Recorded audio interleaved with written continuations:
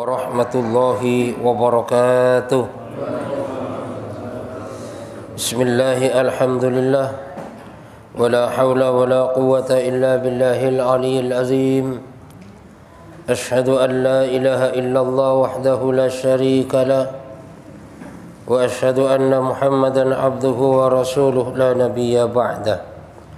Allahumma salli wa sallim wa barik ala sayyidina Muhammadin wa ala alihi wa sahbihi ajma'in, amma ba'du.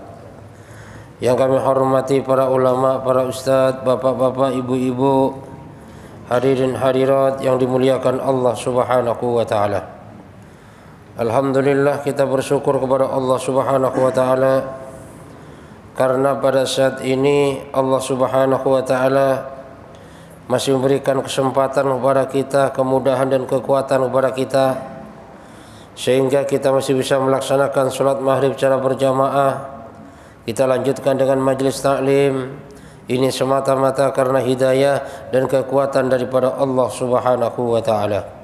Maka mudah-mudahan seluruh ibadah yang kita lakukan diterima oleh Allah Subhanahu wa taala, menjadi sebab dosa kita diampunin oleh Allah, menjadi sebab dosa orang tua kita, mertua kita, guru-guru kita, keluarga kita diampunin oleh Allah, menjadi sebab selamat daripada api neraka dan masuk surga tanpa dihisab oleh Allah Subhanahu wa taala.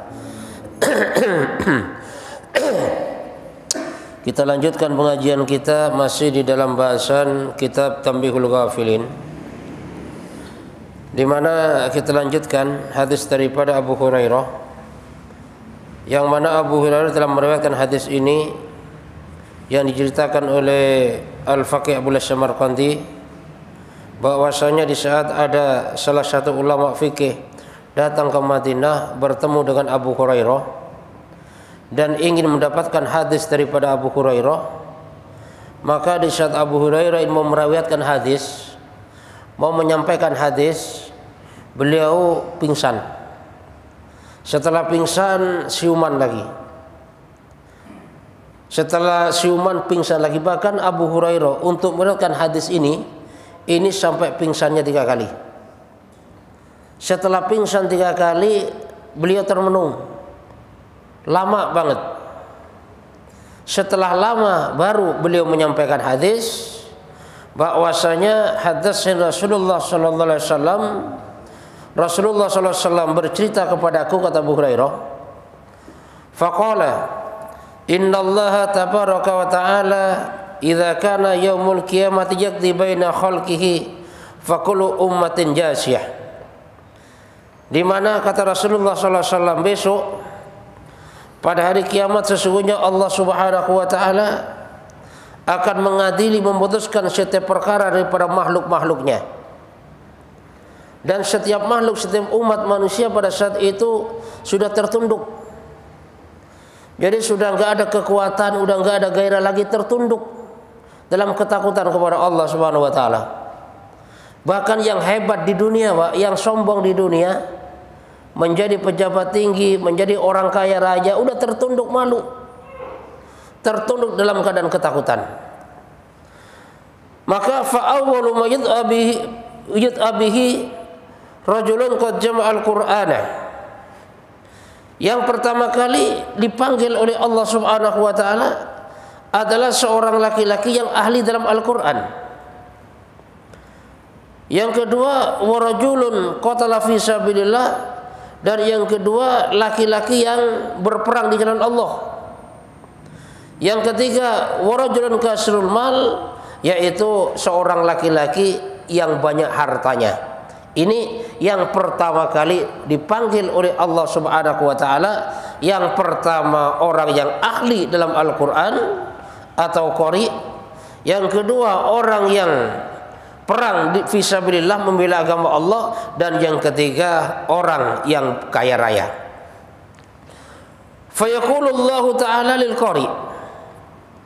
Jadi yang pertama Allah Subhanahu wa taala bertanya kepada qari, ahli Al-Quran, alam muallimuka ma anzaltu ala rasuli. Kata Allah, bukankah saya telah mengajarkan kepadamu dengan apa yang saya turunkan kepada Rasulku? Qala bala ya Rabb. Maka jawab qari tadi, iya ya Rabb. Memang saya sudah mempelajari dengan apa yang kau turunkan kepada Rasulmu, yaitu Al-Quran. Ini jawab si qari. Qala ma amilta fi ma alimta. Lalu apa yang kau amalkan, apa yang kau buat dengan apa yang kamu ketahui tadi? Artinya dengan keahlianmu dalam bidang Al-Quran tadi, lalu apa yang kau amalkan? Lalu apa yang kau perbuat? Qala kuntu aqumu bihi ana al-laili wan nahar. Maka jawab si qari ahli Al-Quran tadi, ya Allah, dengan ilmu yang saya punyain, dengan keahlian saya di bidang Quran, pokoknya tiap hari siang dan malam saya selalu membaca Al-Quran. Saya selalu mempelajari Quran. Pokoknya saya nggak pernah ketinggalan. Siang malam saya selalu bersama Al-Quran. Bahkan kalau saya baca Al-Quran, ya Allah, kalau bahasa kita, ini orang semuanya pada tertunduk. Orang semuanya pada terkesima dengan suara saya. Bahkan semua orang ini banyak muji-muji saya, ya Allah. Fayaqulullahu ta'ala lau kazzabtah. Maka kata Allah Subhanahu wa taala, kamu bohong. Wa taqulul malaikatu kazzabtah. Begitu juga malaikat mengatakan kamu itu bohong. Jadi Allah mengatakan kamu bohong, diikutin oleh malaikat mengatakan kamu bohong. Bal aratta ayyuqala fulanun qari'un faqad qabla zalik. Tapi sesungguhnya kamu itu pada dasarnya niatmu itu hanya ingin disebut sebagai qari, sebagai orang yang ahli ilmu, sebagai orang yang ahli Al-Quran, dan itu pun sudah kamu dapatkan. Ini kata Allah. Yang kedua, wa yuqalu sahibil mal. Kemudian Allah Subhanahu wa taala bertanya kepada orang kaya yang banyak hartanya, "Madza amilta fima ataituka bih?" Kata Allah, wahai orang kaya, apa yang kamu buat dengan harta yang telah kuberikan kepadamu? Maka orang kaya menjawab, kuntu aslu bihir rahmah wa tasaddaqu bih. Ya Allah, dengan harta yang kau berikan kepadaku, ini saya buat untuk silaturahmi, menyambung sanak kerabat, bahkan saudara saya di mana saya datangin, ya Allah, saya sambung semuanya. Kalau bahasa Jawanya biar nggak kepaten obor, ya Allah. Saudara dari bapak saya datangin, dari ibu saya datangin, dan saya bersedekah. Jadi harta yang kau berikan itu banyak aku berikan kepada orang nggak mampu, ya Allah. Tetanggaku yang masih nggak mau saya berikan, orang yang membutuhkan saya berikan. Bahkan kalau ada orang pinjam, nggak saya pinjemin tapi saya kasih, ya Allah.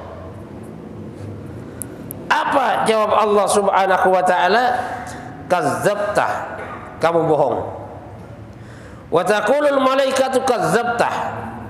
Begitu juga malaikat mengatakan kamu bohong. Bal aratta ayyuqala fulanun jawadun sakhiyun wa wadidul bakhil faqad qabla zalik. Pada dasarnya harta yang kau miliki itu kau buat silaturahmi, tapi kau datang kepada saudaramu, kau banggakan kekayaanmu. Kau datang kepada saudara yang miskin dengan dalih kamu silaturahmi, tapi pada dasarnya kau permalukan mereka. Karena kau bangga-banggakan harta yang kamu punya. Kau dengan sombong dengan hartamu.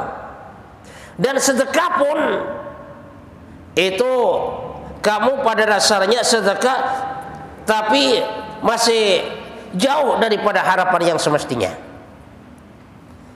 Makanya orang yang semacam itu, kata Allah Subhanahu wa taala, dibilang kamu itu bohong. Wa yu'tabil ladzi qatala fi sabilillah. Kemudian didatangkan orang yang berperang di jalan Allah. Fayaqulu lahu, Allah bertanya kepadanya, limadza qatalta?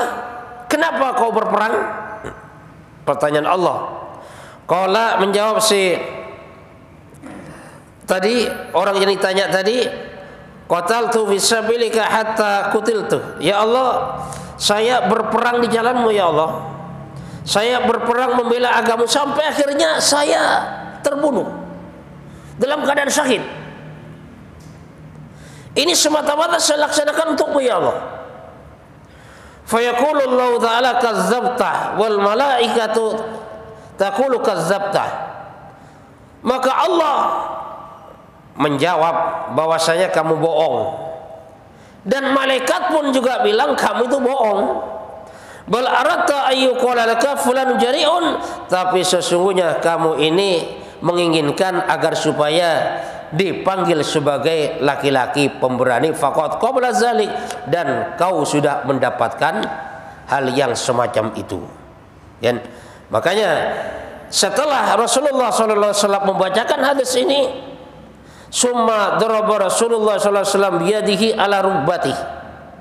Kata Abu Hurairah, kemudian Rasulullah SAW memukul lututku, ya. Kalau bahasanya kalau kita duduk berduaan, karena pada saat itu Abu Hurairah cuma berdua bersama Nabi. Setelah Nabi membicarakan hadis ini, kemudian memukul daripada yang namanya lutut Abu Hurairah. Faqala, seraya berkata, ya Abu Hurairah, ulaika salasatu awwalu khalaqallahu ta'ala tas'ur bihim nar yaumil qiyamati. Wahai Abu Hurairah, bahwasanya ketiga macam manusia tadi Nabi ini menyampaikan dengan penuh kerisauan, dengan penuh kesedihan, karena melihat tiga macam orang tadi itu. Tiga macam orang inilah yang pertama kali api neraka dinyalakan oleh Allah pada hari kiamat. Untuk siapa? Yang pertama untuk orang qori yang pandai mengaji, yang kedua untuk orang yang dermawan, yang ketiga untuk orang mati syahid. Tapi dilakukan semua itu semata-mata bukan hanya karena Allah Subhanahu wa ta'ala, sehingga oleh Allah dan malaikat dianggap mereka itu sebagai pembohong. Kenapa melakukannya? Bukan karena Allah Subhanahu wa ta'ala. Qala Abu Hurairah mengatakan, fabalagha hadzal khabar ila Muawiyah. Hadis ini sampai juga kepada Muawiyah. Fabaka bukan syadidan, kemudian Muawiyah ini menangis dengan tangisan yang sangat dahsyat, ya. Menangis sejadi-jadinya mendengar daripada hadis Rasulullah sallallahu alaihi wasallam. Makanya Abu Hurairah, Pak, meriwayatkan ini sampai pingsan 3 kali itu. Kenapa? Karena terkesan. Karena ini sifatnya adalah ancaman yang sangat mengerikan. Maka wajar Abu Hurairah sebagai sahabat Nabi, orang yang dekat dengan Nabi, pingsan sampai 3 kali itu, mau membacakan ini hadis. Muawiyah mendengar ini hadis, nangis sejadi-jadinya. Kenapa? Karena para sahabat ini, Pak, kalau sudah cerita neraka, seakan-akan neraka tampak di depannya. Kalau sudah ada cerita surga, seakan-akan surga di depannya. Beda dengan kita. Kita sekarang kadang-kadang, Pak, ada orang cerita neraka sambil senyum-senyum kadang-kadang.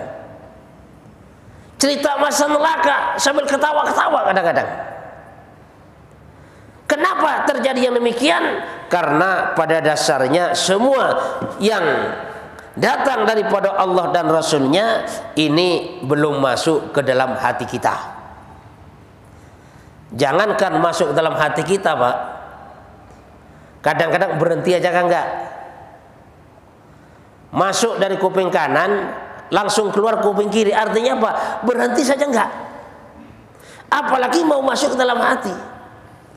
Nah, kalau kondisi keimanan kita yang semacam itu, kok seandainya kita hidup di zaman Nabi, wallahu a'lam, kita sebagai orang Islam, atau kita sebagai orang munafik, atau bahkan kita sebagai orang kafir, seandainya kita hidup di zaman Rasulullah Sallallahu Alaihi Wasallam, ya. Ini termasuk sesuatu yang sangat mengerikan Ya, sesuatu yang sangat luar biasa ini, makanya kita harus khawatir, ada kekhawatiran dengan amalan-amalan kita yang semacam ini. Jangan sampai kita nanti beramal bukan karena Allah dan sebagainya. Kenapa? Karena nanti kalau kita beramal bukan karena Allah Subhanahu wa taala, maka semua amalan kita dianggap sebagai amalan yang bohong. Artinya apa? Artinya kalau kita mengamalkan sesuatu itu semata-mata bukan karena Allah. Maka Muawiyah di samping nangis sejadi-jadinya tadi, kemudian Muawiyah mengatakan, sadaqallahu wa rasuluh, maha benar Allah dan Rasulnya. Kemudian Muawiyah membacakan ayat Al-Quran, man kana yuridul hayatad dunya wa zinataha nuwaffi ilaihim a'malahum fiha wa hum fiha la yubkhasun. Bahwasanya barang siapa yang menginginkan keindahan dunia, menginginkan kenikmatan dunia, menginginkan perhiasan dunia, maka akan disempurnakan oleh Allah Subhanahu wa taala kenikmatan tadi dengan sebab amalannya dan tidak akan dikurangin. Artinya apa? Misalnya ada orang ibadah karena ingin dunia, diberi oleh Allah. Misalnya gini, saya mau sholat duha lah biar rezeki lancar, dikasih oleh Allah. Dengan sholat duha lancar nanti rezekinya. Atau bahkan misalnya gini, wah dengan saya banyak baca Quran, rezeki saya lancar. Berarti artinya baca Qurannya karena urusan rezeki. Makanya bagaimana? Kalau kita mau baca Quran, silakan langsung baca Quran, nggak usah niat macam-macam. Sholat dua silakan. Nah nanti adapun Allah memberikan rezeki yang lancar kepada kita, keberkahan dan sebagainya, itu lain ceritanya. Kenapa? Itu buah daripada yang amalan kita. Yang penting intinya jangan sampai kita beramal semata-mata hanya untuk mencapai yang namanya keduniaan. Kita doa boleh, doa minta kaya boleh silakan, minta punya kerjaan boleh silakan, minta ini silakan, tapi semua itu dilaksanakan semata-mata hanya karena Allah dan bersandarnya kepada Allah Subhanahu wa taala. Karena kalau orang setiap amalannya hanya mengharapkan hanya urusan dunia saja, maka kata Allah, ulaikal ladzina laisa lahum fil akhirati illa nar wa habita ma sana'u fiha wa batilu ma kanu ya'malun. Jadi orang-orang yang semacam itu di akhirat besok kagak dapat apa-apa kecuali neraka. Dan semua amalannya batal. Semua amalnya berantakan. Gak dapat pahala daripada Allah Subhanahu wa taala. Kenapa? Karena pahala daripada setiap amalannya ini sudah diberikan saat di dunia oleh Allah Subhanahu wa taala. Jadi di akhirat sudah nggak dapat lagi. Ya, kalau ada orang beramal hanya karena urusan keduniaan saja, maka keduniaan akan diberikan oleh Allah, tapi di akhirat nggak akan diberikan apa-apa oleh Allah Subhanahu wa taala. Makanya Pak, kita ya udah belajar, yang penting kita istiqomah belajarnya. Ke masjid istiqomah, baca Quran istiqomah, semuanya istiqomah.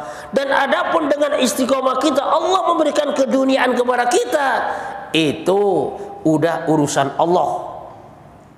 Yang penting setiap kita beramal itu jangan bukan karena yang lain. Kenapa? Karena kalau kita beramal karena yang lain, maka kita nanti akan kecewa. Misalnya gini, kan diantaranya kan ada kan keterangan bahwasanya barang siapa yang menjaga sholat berjamaah, ya, maka akan diangkat kesempitan hidup, akan diberkahkan rezekinya. Tiba-tiba dia menjaga sholat berjamaah beneran, tapi ternyata dagang makin sulit, dagang kagak pernah beruntung. Sehingga apa? Sehingga kalau ada orang yang semacam ini pasti kecewa Pak. Ini katanya kalau berjamaah rezeki lancar, ini tambah seret banget nih. Udah pray aja dah. Nah, ini contohnya orang yang beramal bukan karena Allah Subhanahu wa taala. Makanya di sini di antaranya adalah salah satu ulama mengatakan ada 4 tanda-tanda orang ini ada tanda-tanda sebagai orang ikhlas atau orang istimewa. Apa? Yang pertama, berani meninggalkan istirahatnya dalam keadaan capek, tapi istirahatnya ditinggalkan untuk apa? Untuk melaksanakan ibadah kepada Allah. Yang kedua, memberi sesuatu yang ada padanya. Sebenarnya dia itu nggak ada, nggak punya apa-apa. Tapi kalau ada orang membutuhkan atau yang meminta-minta, walaupun nggak ada, seadanya pun diberikan. Padahal dia belum makan, ada orang menghendaki makanannya, diberikan itu makanan. Dan yang ketiga, tidak menghendaki kedudukan atau pengaruh. Jadi melaksanakan segala sesuatu bukan karena ingin kedudukan, bukan karena ingin jabatan, bukan karena ingin menjadi orang berpengaruh. Dan yang keempat, tetap pada pendiriannya, baik itu dicaci maupun dipuji. Ini tanda-tanda orang ikhlas, diantaranya seperti itu. Jadi walaupun dipuji dan dimaki itu nggak ada bedanya, ya. Jadi beda Pak dengan orang yang ibadahnya musiman. Kan kadang-kadang ada kan ibadah musiman. Kapan ibadah musiman itu? Biasanya kalau awal Ramadan Pak, tanggal 1, wah itu semuanya rame dah. Musim itu musim orang ibadah itu. Idul Fitri, Idul Adha, rame banget di mana-mana. Bahkan masjid sampai bluber. Bahkan kadang-kadang di lapangan. Tapi aslinya itu ya kalau sudah normal, ya. Makanya bulan puasa pun kadang-kadang Pak kelihatan aslinya itu kalau sudah di atas 15 ke atas. Atau bahkan di atas 20, itu sudah kelihatan aslinya itu. Tapi kalau masih awal-awal itu masih belum kelihatan aslinya, yang kelihatan adalah musimnya, ya. Semuanya pada berbondong-bondong. Nah, kalau ibadah musiman gini, ya termasuk tanda-tanda orang yang ibadahnya tidak ikhlas karena Allah Subhanahu wa taala. Makanya di antara tanda-tanda orang yang enggak ikhlas juga dalam ibadah ini, biasanya dia rajin ke masjid. Waktu jadi pengurus misalnya kan, jadi di KM rajin, tapi gila lengser dari KM gak pernah ke masjid nih. Ya. Ini tanda-tanda gak ikhlas berarti ini dalam beribadah.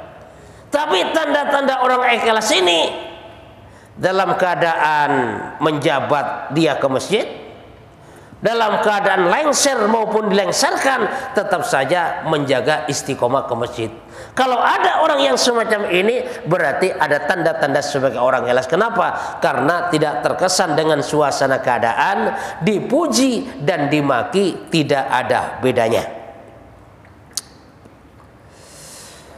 Wa qad ruwiya an Adi bin Hatim At-Ta'i an Rasulullah sallallahu alaihi wasallam annahu qala yu'maru bi nasin minan nasi yaumil qiyamati ilal jannati hatta idza danu minha wastanshaku raihataha wa radharu ila kusuriha wa ila mu'addallahu li ahliha.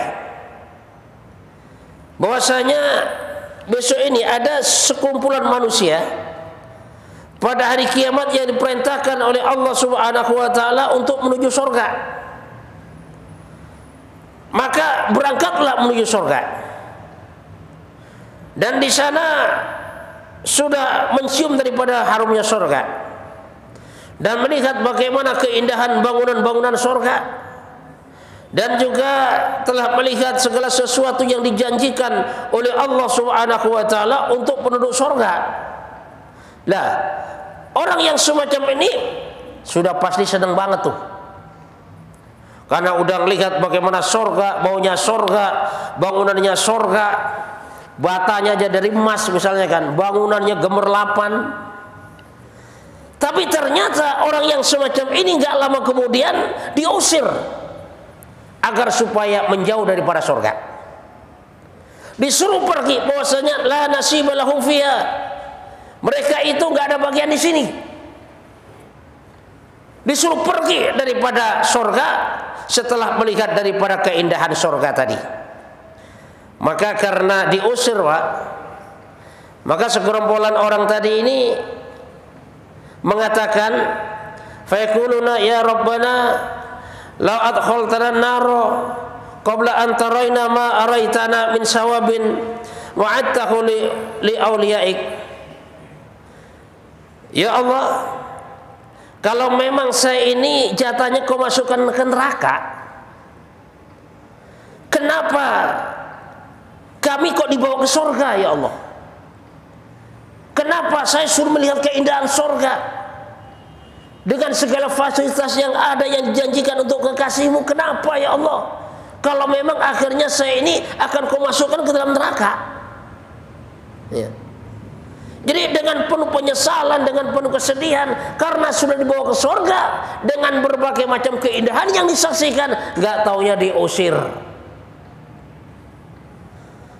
Setelah diusir, kalau bahasa kita istilahnya protes kepada Allah, kalau memang kau masukkan neraka, ngapain saya dibawa ke surga dulu? Suruh lihat ya Allah. Fayaqulullahu ta'ala aradtu bikum dzalik. Maka kata Allah Subhanahu wa taala, memang saya menginginkan seperti itu terhadapmu. Ya. Saya menginginkan seperti itu terhadapmu. Dan itu semuanya pada dasarnya itu karena ulahmu sendiri. Kenapa? Ya karena dulu kata Allah Subhanahu wa taala, kamu dulu kalau istilahnya di tempat sunyi, kamu bermaksiat besar-besaran. Ini kata Allah. Jadi kamu saya perlakukan seperti ini sebagai balasanmu karena dulu saat di tempat sepi kamu banyak maksiat besar-besaran, orang nggak tahu. Tapi di saat keramaian banyak orang yang lihat, banyak orang menyaksikan, kamu lagaknya seperti orang ahli ibadah. Kamu berlagak seperti orang yang tawadhu, orang baik-baik, orang yang sangat tekun ibadah. Tapi kalau sudah sendirian, kamu malas ibadah. Kalau banyak orang, kamu ibadah. Sehingga amalanmu itu hanya sekedar ingin dipuji orang. Bahkan penilaian orang itu lebih kamu inginkan daripada penilaianku. Nah, makanya kalau sekarang kamu saya perlakukan seperti ini adalah sebagai balasanmu. Ini kata Allah Subhanahu wa taala kepada orang-orang tadi yang dibawa ke surga, melihat keindahan surga, nggak taunya diusir, yang akhirnya dimasukkan ke dalam nerakanya Allah Subhanahu wa taala. Warwiya an Ibnu Abbas radhiyallahu anhu Rasulullah sallallahu alaihi wasallam qala lamma khalaqallahu ta'ala jannata adn khalaqa fiha ma la ainun ra'at wala udhunun sami'at wala khatara ala qalbin bashar. Bahwasanya di saat Allah Subhanahu wa taala menciptakan surga Aden dan segala fasilitas yang ada di dalamnya yang tidak pernah terlihat oleh mata, terdengar oleh telinga, yang tak pernah terbesit di hati manusia. Summa qala takallamni, maka Allah perintahkan surga tadi, bicaralah kepadaku. Faqalat qad aflahal mu'minun, sampai 3 kali. Inilah ucapan daripada yang namanya surga azan di saat diciptakan oleh Allah Subhanahu wa taala, dan bicaranya qad aflahal mu'minun, beruntunglah orang-orang yang beriman. Ini ucapan daripada yang namanya surga Aden, ya. Mudah-mudahan Pak kita termasuk orang-orang yang bisa masuk ke dalam surga Aden dengan segala fasilitas yang diberikan oleh Allah Subhanahu wa taala, dan mudah-mudahan kita terhindar daripada sifat riya, terhindar daripada beramal bukan karena Allah, beramal bukan bukan karena yang macam-macam. Mudah-mudahan kita diberikan sifat ikhlas oleh Allah Subhanahu wa taala yang akhirnya iman kita terselamat dan kita husnul khotimah, selamat daripada api neraka dan masuk surga tanpa dihisab oleh Allah Subhanahu wa taala. Subhanakallahumma bihamdika asyhadu an la ilaha illa anta astaghfiruka wa atubu ilaik. Wassalamualaikum warahmatullahi wabarakatuh.